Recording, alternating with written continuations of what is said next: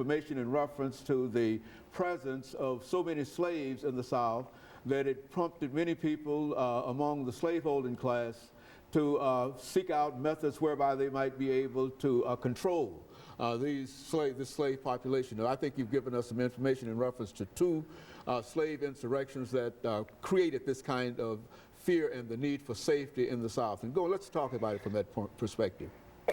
Now, in the first segment, I talked about the Stoner Rebellion, which was the deadliest rebellion, and then I talked about the Nat Turner Slave Rebellion. Now, let's go deeper into the whole Nat Turner Slave Rebellion. The Nat Turner Slave Rebellion, also known as the Southampton Insurrection, was a slave rebellion that took place in Southampton County, Virginia, during August of 1831. Led by Nat Turner, rebel slaves killed anywhere from 55 to 65 Caucasians, slave owners, the highest number of fatalities caused by any slave uprising in the South. The rebellion was put down within a few days, but Turner survived in hiding for over 2 months afterwards. In the aftermath, there was widespread fear, and white militias organized in retaliation against the slaves. The state executed 56 slaves accused of being part of the rebellion. In the frenzy, many innocent enslaved people were punished. At least 100 blacks and possibly up to 200 were killed by militias and mobs. Across the South, state legislators passed new laws prohibiting education of slaves and free blacks, restricting rights of assembly and other civil rights for free blacks, and requiring white ministers to be present at all black worship services. And so go on and explain that. Now, what does that mean to you, all of that? Now, at the end of it, it says that white ministers had to be present at black worship services. Now, that was included because Nat Turner used to hold little group prayer meetings, like Bible studies, which we call it today, where he would talk about how he was playing, like the Lord was talking to him, and the Lord would tell him that he needed to do something to slave owners to get back at them for slavery. And now, Caucasian ministers have to be present there so they can report back to slave owners to be like, so there won't be another Nat Turner, there won't be another Southampton insurrection again. And so all of this violence that was created by Nat Turner with the Nat Turner slave insurrection appeared to make slave owners anxious in terms of the presence of slaves, and you think that that had something to do with the presence of gun violence in the South. Expand upon that. Well, let's start off with the fun fact. Now, most people do not know this, but Nat Turner actually asked Harriet Tubman and Frederick Douglass to be a part of the slave revolt. Now, Harriet Tubman said yes, but she became ill during the rebellion, and Frederick Douglass had a prediction that the slave revolt wouldn't work, so he declined. Well, that was John Brown and some of the things that he was involved in. And how does John Brown fit into such a story that you're telling? Well, both of them had rebellions. John Brown had the rebellion at Harper's Ferry, and Nat Turner had the Southampton insurrection.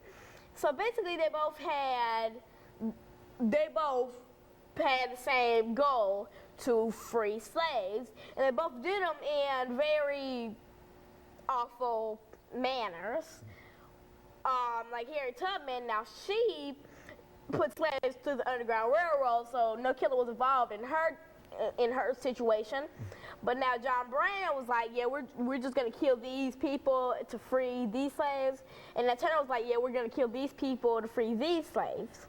So basically they tie in together for both killing lots of Caucasians and many African Americans. And so John Brown, what happened to John Brown? What was the ultimate fate of John Brown during the period after his revolution at Harper's Ferry? Well, after his Harper Ferry incident, he was hanged. Now, another fun fact,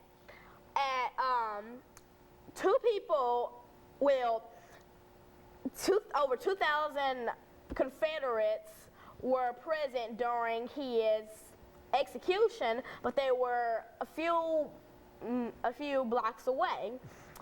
And most people don't know this, but John Wilkes Booth stole a Confederate outfit to gain access into the hanging of John Brown. And also, I think it was Stonewall Jackson, future Confederate General Stonewall Jackson, and John Wilkes Booth were both there. Now, John Wilkes Booth, most people know him as the man who assassinated Abraham Lincoln. And it's funny that he was also there at John Wilkes Booth's execution.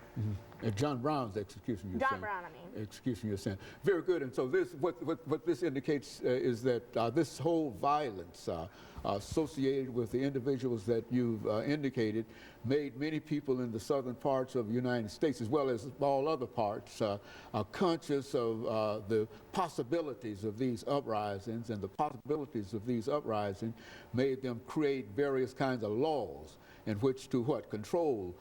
What happened to Nat Turner once he was captured?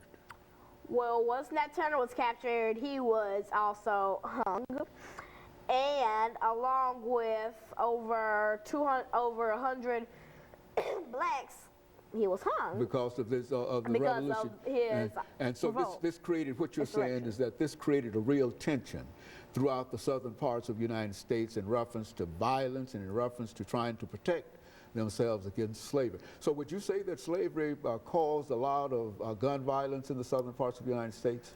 Well, gun violence was gun violence back then. I mean, Nat Turner did what he wanted to do. John Brown did what he wanted to do.